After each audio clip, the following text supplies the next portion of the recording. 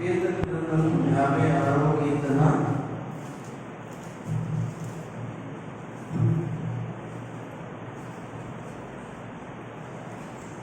నాలుగవ వచనాన్ని చదవండి. దేవుని బట్టి నేను ఆయన వాక్యమును కీర్తించదను. దేవుని యందు నమ్మించి ఉన్నాను, నేను భయపడను.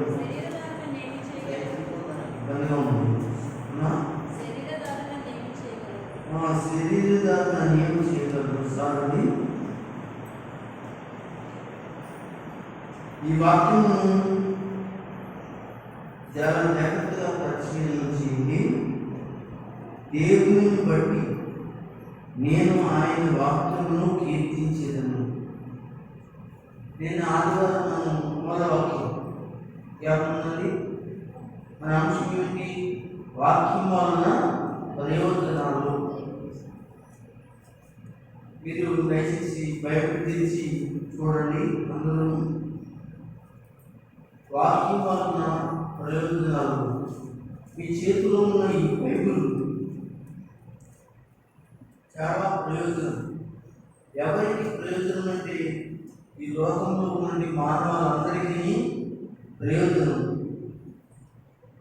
ఎందుకంటే ఈ వాక్యంలోని అనేక సర్వసత్యాలు రాయబడ్డాయి. అనేకమైనవి మానవ జీవితంలో కలిగే పరిస్థితులన్నిటికీ కూడా దేవుడు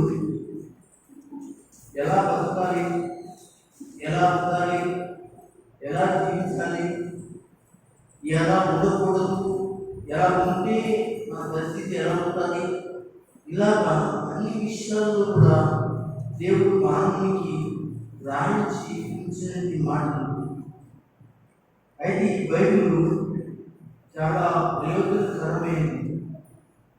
బైబిల్ అంటేనే దేవుని యొక్క వాక్యం.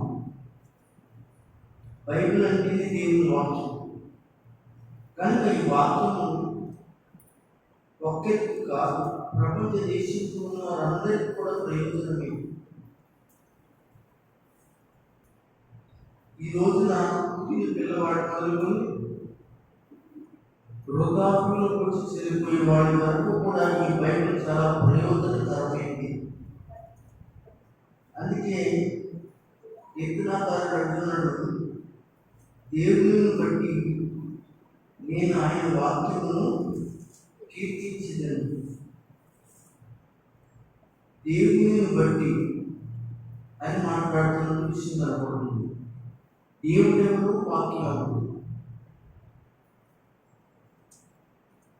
ఇక్కడ వాక్యంలో చెప్తుంది, దేవుని బట్టి నేను ఆయన వాక్యమును కీర్తించదను. దేవుని బట్టి ఆయన వాక్యము అంటున్నాడు. దేవుడు అంటే యెహోవా, వాక్. ఆయన అంటే యేసుక్రీస్తు, వాక్యము అంటే యేసుక్రీస్తు. కనుక ప్రియమైన దేవుని పిల్లలు గమనించండి, కీర్తించదని. మనం దేవుడి వాక్యాన్ని మాత్రమే కీర్తించాలి, ఆరాధించాలి. ఆ వాక్యం మన జీవితంలో అనేకమైన మేలు చేస్తాయి, అనేకమైన ఆశీర్వాదాలు ఇస్తాయి. కనుక ఈ వాక్యం వల్ల ప్రయోజనాలు పరికరం చూద్దాం. దేవుని వాక్యంలోంచి మనం జాగ్రత్తగా పరిశీలన చేద్దాం. కీర్తన గ్రంథాన్ని తెలిసి 119 కీర్తన.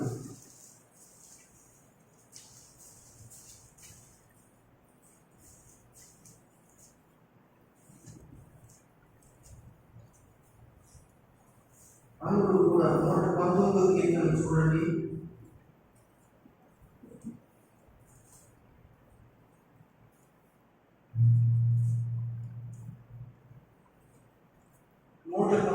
కీర్తన 9వ వచనాన్ని చదువుతుంది. యవనస్తులు దేని చేత తన నడతను శుద్ధిపరుచుకుందురు? నీ వాక్యమును బట్టి దాన్ని జాగ్రత్తగా చూసుకుంటుంది కదా అంటే ఇక్కడ దేవుని వాక్యం వల్ల ప్రయోజనం ఏంటి అంటే నడక శుద్ధి చేసుకోవడం, నడక శుద్ధి చేసుకోవడం అనే విషయాన్ని తెలియజేస్తుంది. మనుషులు నడవడి, నడక ఒక పర్యాయ భాష చెప్పమంటారా? ప్రవర్తన.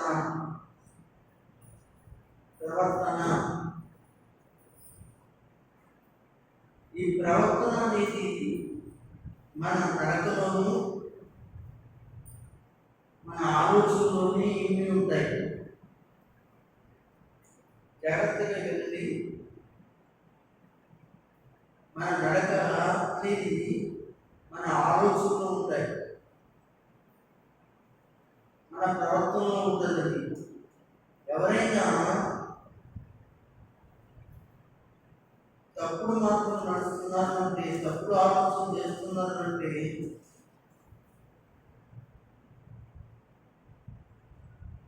వారి ఆలోచనలు, వారి ప్రవర్తన మారింది, ఆయన నడక మారింది అని అంటారు కదా. ఇదని ఎవరైనా చూసినప్పుడు వాడి తీరు మారిపోయిందనుకోండి, ఈ అబ్బాయి నడక మారిపోయిందండి, ఈ అమ్మాయి నడక మారిపోయిందండి. నడక మారిపోవడం ఏంటి? బాగా నడుస్తుంది కదా, కాళ్ళను చూసినప్పుడు కాలేజీ తిరిగిపోయిందా, కాలేజీ వంకరైందా? దేవుని బిడ్డ కాలు వంకర అది కానీ మనసు వంకరైపోయింది. అది పురుషులైన స్త్రీలైన కానీ మనసు వంకరైనప్పుడు వారి ప్రవర్తన, వారి నడవడి సరిగ్గా ఉండదండి. అయితే సరిగ్గా ఉండాలి అంటే, సరిగ్గా వాళ్ళు బ్రతకాలి అంటే, సరిగ్గా జీవించాలి అంటే దేవుని వాక్యం వల్ల తప్ప దేని వల్ల కూడా స్థిరవదండి.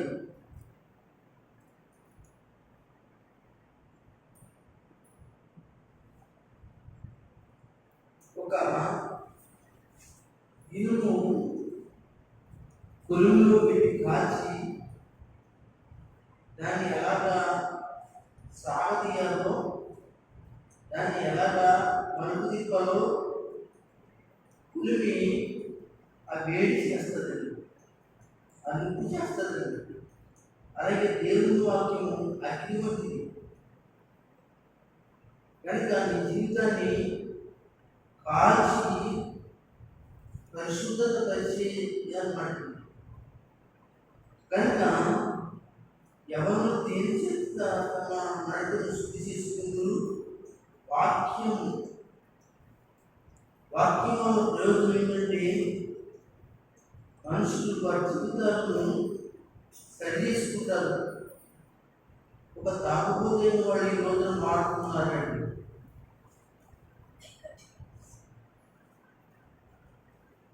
లైంగిక సంబంధమైనది శరీర క్రియలు, విచార క్రియలు చేసేవాళ్ళు వాక్యం ద్వారా మార్చుకుని మంచి జీవితాన్ని జీవిస్తున్నారండి.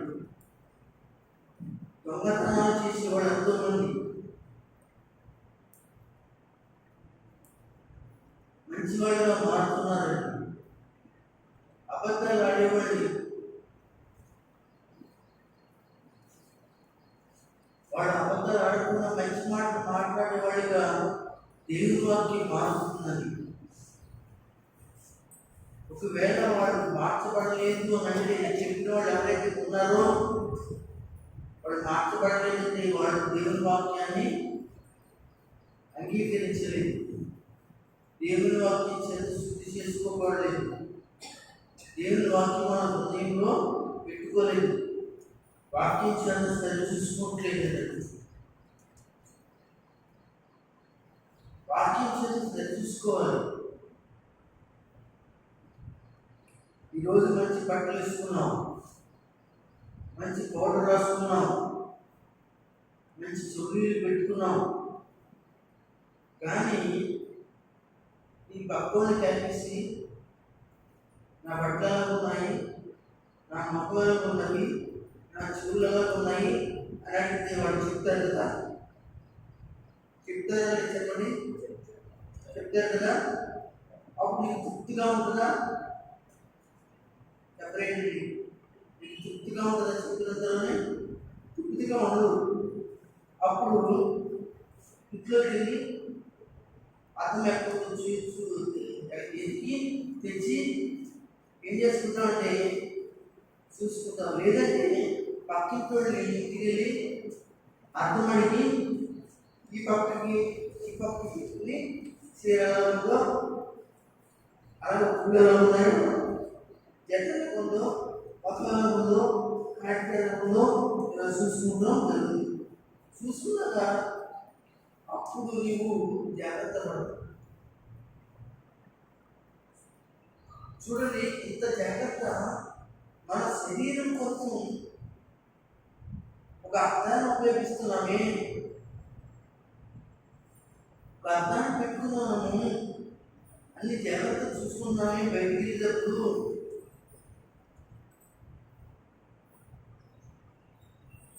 మరి మన జీవితాన్ని 10 మంది చూస్తారు, 10 మంది మన జీవితాన్ని రకరకాలుగా మాట్లాడుకుంటారు. కనుక మనం చర్చకెళ్తున్నాము, వాక్యం ఉంటున్నాము, మరి ఆ వాక్యం చదువుతున్నాము, జాగ్రత్తగా చూసుకుందామని భయం ఉండాలా లేదా? సంఘస్థులారా ఆలోచించింది. ఈ రోజున ఎవరికి భయం లేదని వాక్యం అంటే, అసలు ఎవరికి కూడా యేసు అంటేనే వాక్యం అంటే భయం లేదు. భయం లేకుండా ఎవరికి వాడు జీవిస్తూ ప్రవర్తిస్తున్నారు. అసలు మనల్ని దేవుడు ఏ రీతిలో ఉంచాడో, దేవుడు ఏ రీతిలో మనము కోరుకుంటున్నాడో ఆ సంగతిని మర్చిపోయారు సంఘం. ఈ రోజున బైబిల్లో చక్కటి వర్ణన ఉందండి మన గురించి. బైబిల్లో మన గురించి మంచి వర్ణన ఎంతగా దేవుడు మన గురించి మాట్లాడుతున్నాడో పరమగీతాల గ్రంథం తెరవండి. పరమగీతాల గ్రంథం తెరవండి.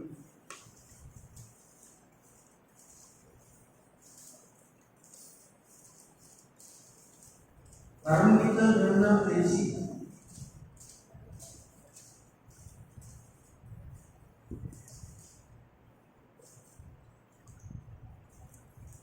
దయచేసి గమనించండి. పరమగీతాల గ్రంథాన్ని తెరిచి 7వ అధ్యాయం మొదటి వచనాన్ని ఒకసారి చదువుతారా? రాజకుమార పుత్రిక, చూడండి, రాజకుమార పుత్రిక, ఈ పాదములతో ఈ పాదరక్షలతో నీవు ఎంత అందముగా నడుచుతున్నావు. చాలండి.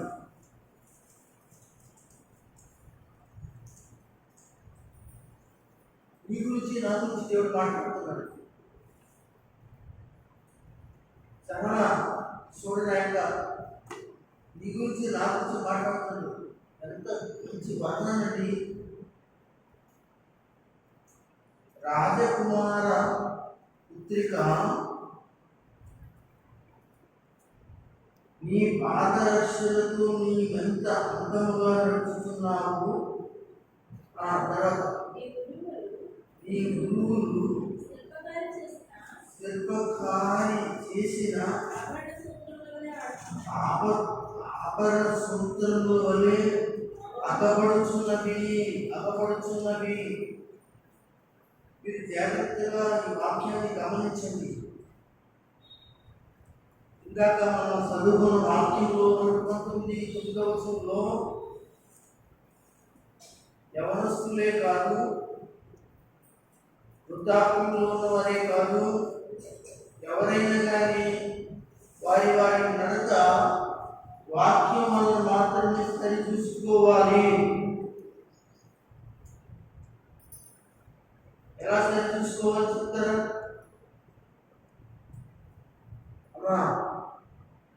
ఎలా సరి చూసుకోవాలి?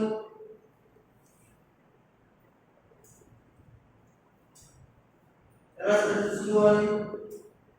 బయటికి వెళ్ళేది ఇలా బయటికి కూర్చున్నారా? సరే, ఎలా సరి చూసుకోవాలి అమ్మా? గట్టిగా చెప్పండమ్మా. మరొకటి చెప్పండి. ఇంకొక అర్థం, అది ఎలా చూసుకోవాలి? అర్థం చూపిస్తుంది కదా, అర్థం చూపిస్తుంది. ఎంత అందంగా ఉన్నావు,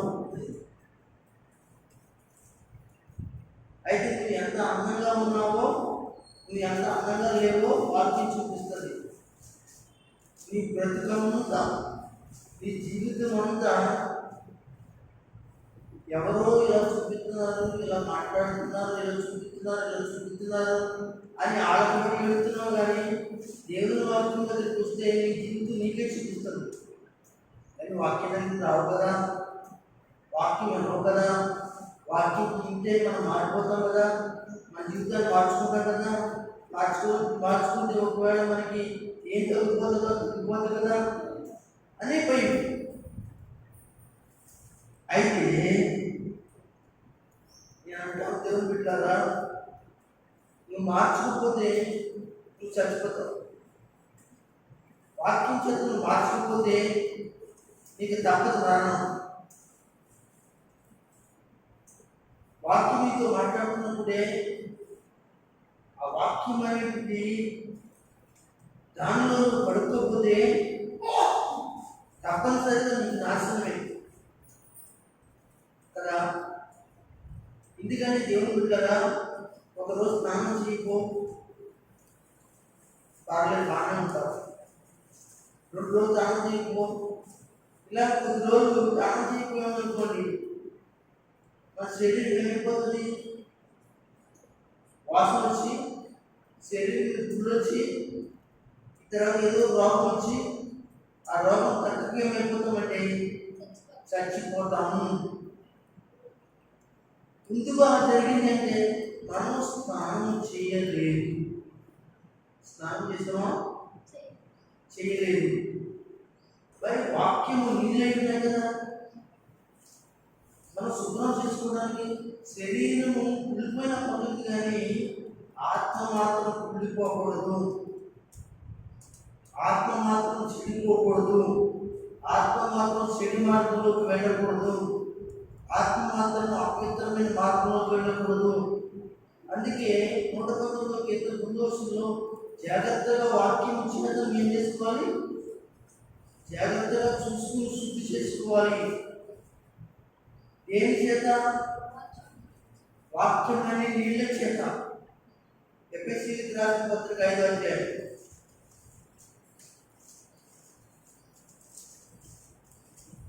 ఏదైతే చదవండి 25గా నేను వెళ్ళాను.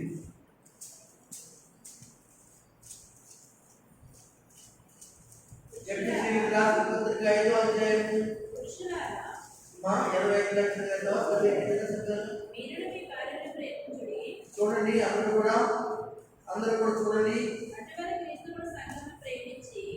25వ వచనం చదువుతున్నారు. 5వ అధ్యాయం.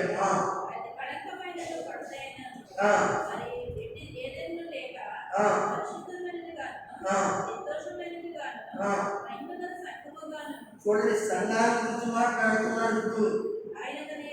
సంఘాల గురించి మాట్లాడుతున్న సంఘమా, నువ్వు కడుక్కోవాల్సింది. వాక్యము ఎంత ఉపయోగకరమో తెలుసా? ఎంత ప్రయోజనకరమో తెలుసా? వాక్యమైన నీళ్ళు ఎంత అవసరమో తెలుసా? చదవండి.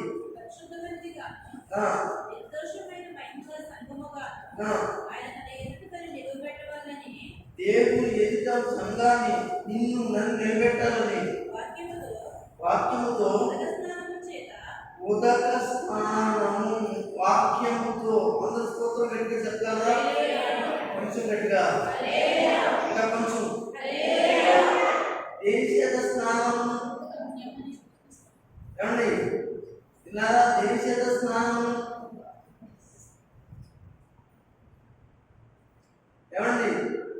సినిమాంగ గారు నా దేని చేత స్నానం?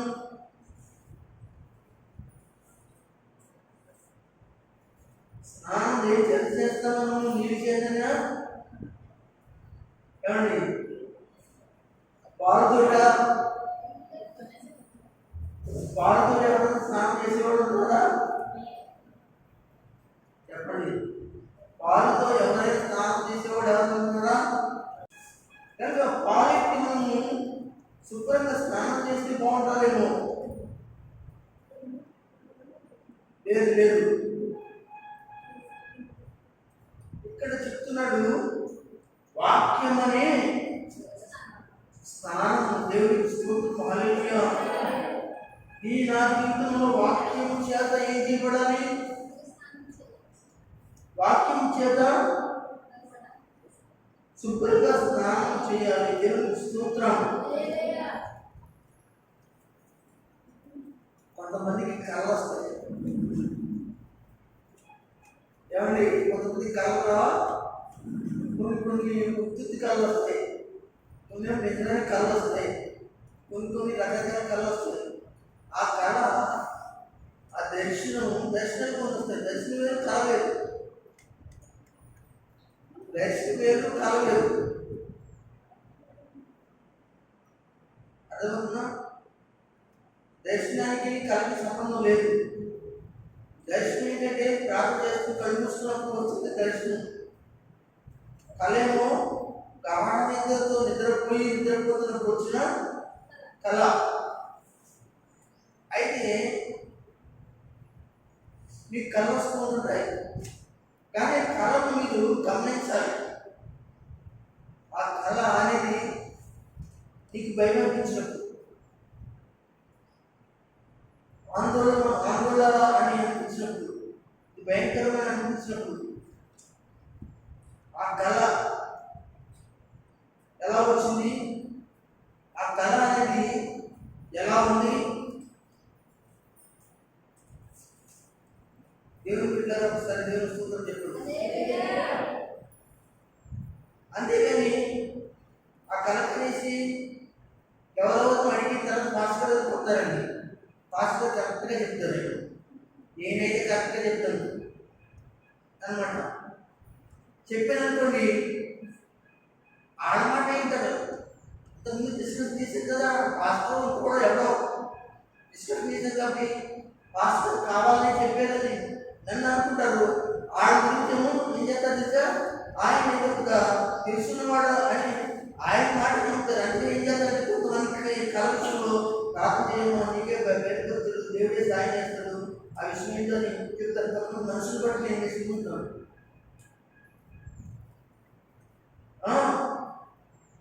కొన్ని విషయాలు కొన్ని దేవుడు చెప్పమంటేనే చెప్పాలి, కొన్ని విషయాలు చెప్పమంటే మరి మాట్లాడితే మాట్లాడకూడదు. అది కూడా మాకు ఉంటుందని ఆజ్ఞ.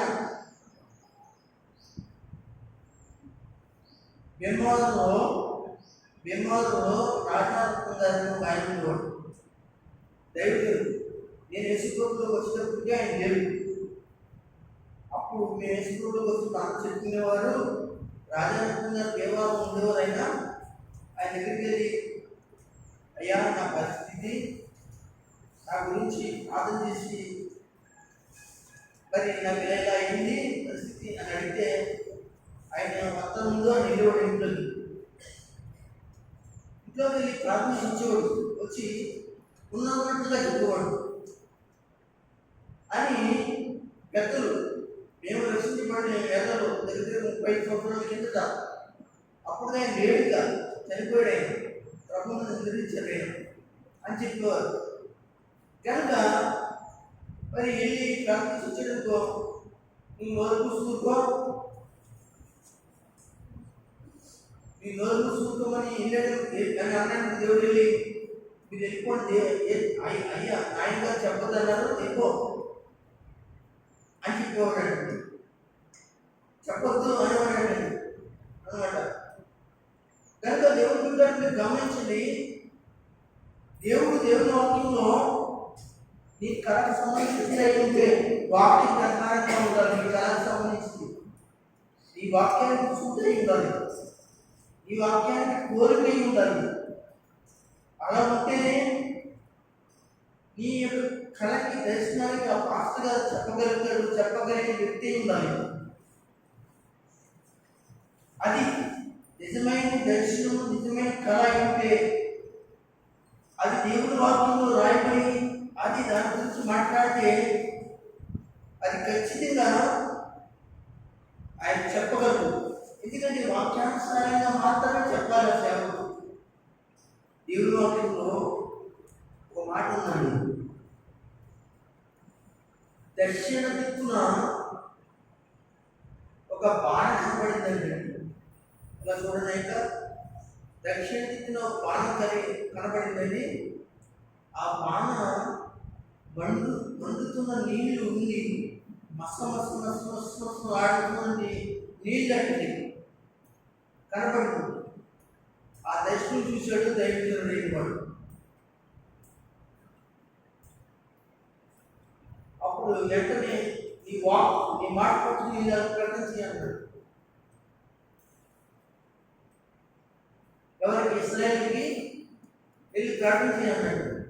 ఏంటది? అది కనపడింది, మసులుతున్న బాణం, నీళ్లు మసులుతున్న బాణం, నీళ్లు మసులుతున్న బాణం కనపడింది. బాగా పొగ వచ్చేస్తున్నది. వెళ్ళు చెప్పు, ఇశ్రాయేలుతో చెప్పు, ఇశ్రాయేలుతో మాట్లాడు. వెళ్ళాడు, నడుము కట్టుకున్నాడు. చెప్పినా పర్లేదు, నీ కొట్టినా పర్లేదు, సైన్యం నలుగురేమనగా మీ మీద దర్శనం నుండి పెద్ద తీర్పు, పెద్ద ఉగ్రత మీదకి రాబోతుంది, అతి తొందరలోనే రాబోతుంది. ఇశ్రాయేలు వారులారా, యుగ వారులారా, మీరు మార్చుకుంటారా? మీ జీవితాలు మార్చుకోండి, మీ జీవితాలను సరి చేసుకోండి. ఇది వాక్కు, దేవుని మాట. మీరు వినకపోతే ఆ మసులుతోనండి ఆ యొక్క నీళ్లు మీ మీద పడకపోతున్నాయి అని చెప్పాడు. దేవుని స్తోత్రం, హల్లెలూయా. అన్న గట్టిగా చెప్పండి. అప్పుడు ఏం చేయాలి? మీరు మర్చిపోయి కదా. కొద్ది కాలం తెలిసింది, బబులోను దేశం నుంచి నెబుకద్నెజరు సైన్యాన్ని తీసుకొచ్చి ఇశ్రాయేలు ప్రజలను చిత్తుగా కొట్టి చంపేసి దేవాలయాన్ని పడగొట్టి అనగా ఆ పిల్లల్ని బంధించి తీసుకువెళ్ళిపోయాడు. దేవుని స్తోత్రం, హల్లెలూయా. అది మీకు దర్శనం వస్తే, కళ వస్తే, అది స్పష్టంగా నీకు కనబడితే అది ఏంటనేది చెప్పడానికి దేవుని బిడ్డలారా మీరు గమనించండి. వస్తుంటాయి, రకరకాలుగా కళలు వస్తుంటాయి, రకరకాలుగా ప్రాంతంలో దర్శనం వస్తుంటాయి. దేన్ని పోల్చుకుంటున్నారు మీరు? మీ జీవితాన్ని సరిపెట్టుకోవడానికి పోల్చుకుంటున్నారు, పర్వాలేదని జాగ్రత్త. లేదు, పోల్చుకోవడానికి వీల్లేదు. అది వాక్యానుసారంగా ఉందా లేదా? లేకపోతే దేవుని ఇంకోసారి అడుగు, ప్రభువా నాకు ఇది వచ్చింది, దీనివల్ల నాకు చెడ్డ ఏంటి, మంచి ఏంటి అన్నాడు. బతుకున్నాడు, ఇదిగా ఉపవాసం ముందు ప్రార్థన చేయి. ఆ పరిస్థితి కొరకు దేవుని అడిగి ప్రార్థన చేయి. అందరూ స్తోత్రం చెప్పుని. హల్లెలూయా.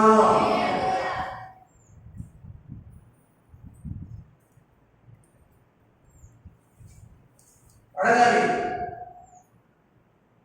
అడిగితే దేవుడు ఏం చేస్తాడంటే, ఒకవేళ సేవలు చెప్పకపోయినా నీకు మళ్ళీ ఆ విషయాన్ని తొందరగా బయటపరుస్తాడు. లేక అదే విషయం సేవకులు తెలియజేసి నీకు ఆ విషయం చెప్పడానికి ఆయన ముందుకు వస్తాడు. నువ్వు ప్రార్థన చేయాలి. కనుక నీళ్లు సాదృశ్యంగా ఉన్నాయి. నువ్వు కడుక్కోవడానికి, నువ్వు శుద్ధి చేసుకోవడానికి, నువ్వు పవిత్రం చేసుకోవడానికి, నువ్వు పవిత్రంగా ఉండడానికి నీళ్లు వాక్యములకు పోల్చబడినట్టుగా మనం చూస్తున్నాం. చదవనమ్మా ఒకసారి.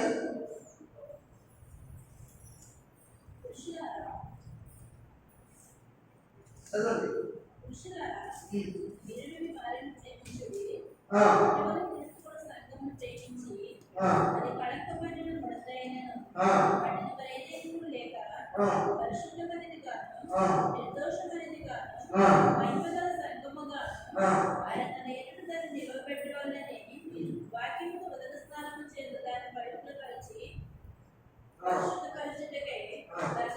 పరిశుద్ధపరచుటకై నీ నడకను పరిశుద్ధపరచుటకై నీ జీవితాన్ని పరిశుద్ధపరచుటకై వాక్యమును పరిశుద్ధపరుస్తుందండి.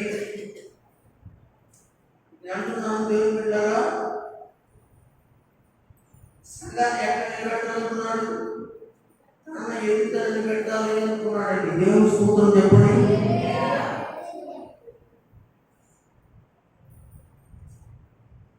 వెలుగుకు వచ్చేసాడండి. వెలుగుకు వచ్చేసాడు. వెలుగుతూ చూపించాడు. ఏమండి, ఏ శైలలో ఏమంటున్నాడో, లేకపోతే ఏ పెట్టగాడో, ఏ కొండగాడో కూర్చున్నట్టు వదిలేస్తుంది. చూపుతాం మనం? చెప్పండి, చూపుతామా? అయ్యి బాబోయ్, ఆడు సాయంకాలం అంటే తెల్లవారి లెక్క చేస్తాం. కూర్చుంది తలస్థానం చేసేద్దాం, నిజంగా మొత్తం చేద్దాం. ఎంత చక్కగా చేద్దాం. ఎలా కూర్చోవాలో, ఎలా మాట్లాడాలో, ఎలా నిలబడాలో, ఎలా చూడాలో కాదండి. కదండి అమ్మమ్మమ్మమ్మమ్మ ఏమండి, ఆ అక్క వచ్చి ఎలా చెప్తుంది, ఆ పెద్ద వచ్చి ఎలా చెప్తుంది, ఆ వచ్చి ఎలా చెప్తుంది, ఇంక ఎలా వచ్చి చెప్తుంది.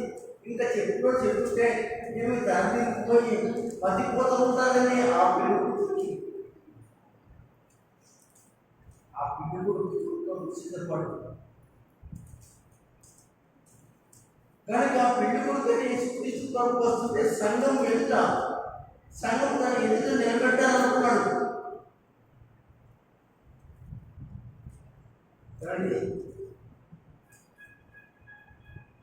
టైం అయిపోయింది. భాగవతాలు నేను వివరించాలనుకున్నాను. సార్ చక్కటి రేపు వారం చూస్తాను. ఇంకా అవ్వలేదండి. సుమారు ఒక 5-6 వారాలు చెప్తాను. వాక్యాలు చెప్తాను. చూపిస్తాను. నేను ఈ మాట గుర్తుపెట్టు. రాజకుమార పుత్రిక, నీ పాదరక్షలతో ఎంత అందంగా కనపడుతున్నావో, నడుస్తున్నావో. దేవుడికి మహిమ కలుగుగా మీకు అర్థమైందా? రేపు వారు చెప్పుకుందాం. ఆ మాట చెప్తాను. చెప్పకపోతే నాకు జ్ఞాపకం చేయండి. కనుక నీ నడక శుద్ధి చేసుకోండి. దేని చేత? వాక్యం అనే నీళ్ళు చేత మీ నడకను శుద్ధి చేసుకోండి. మీరు ఎలా ఉన్నారో వాక్యం చేత సరి చేసుకోండి. యాకోబు రాసిన పత్రికలో ఏమంటున్నాడండి? యాకోబు రాసిన పత్రికలో ఏమంటాడంటే, మీరు వాక్యం అనే అర్థం దగ్గరికి వెళ్ళి, వాక్యం అనే అర్థం దగ్గరికి వెళ్ళి చూడండి. వాక్యం అర్థం అంటండి తెలుసా? నువ్వు ఎలా ఉన్నావు అనే ఒక మాట తీసి ఉంటున్నావు.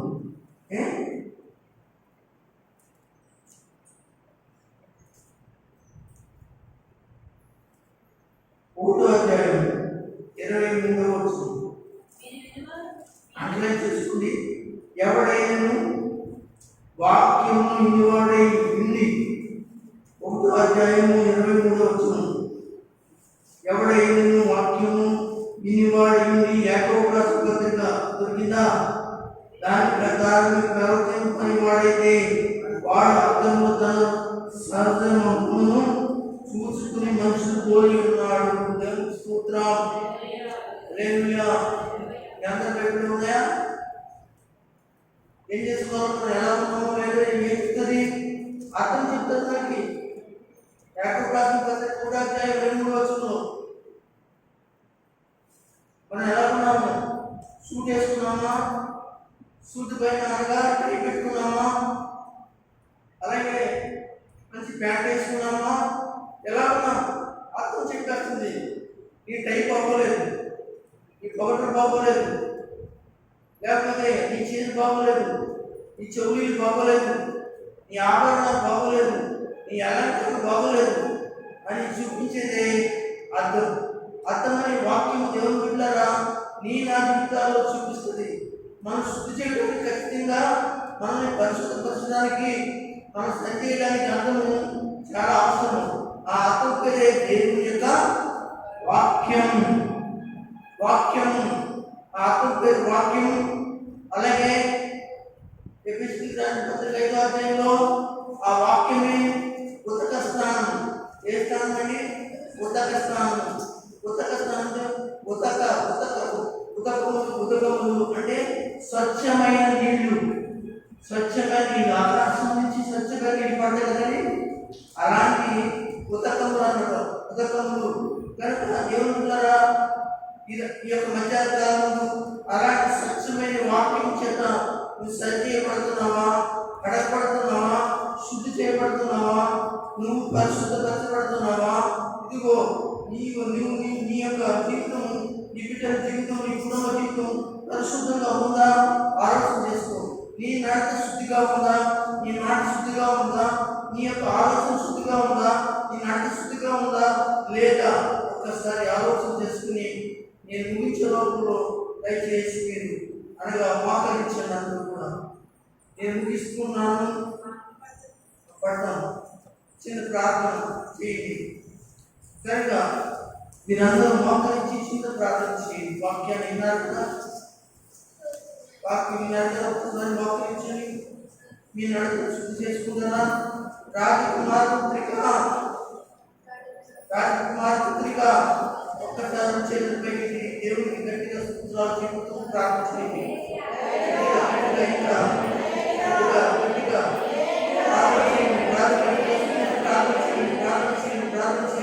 ప్రార్థన చేయండి. అందరూ కూడా స్తోత్రం స్తోత్రం స్తోత్రం స్తోత్రం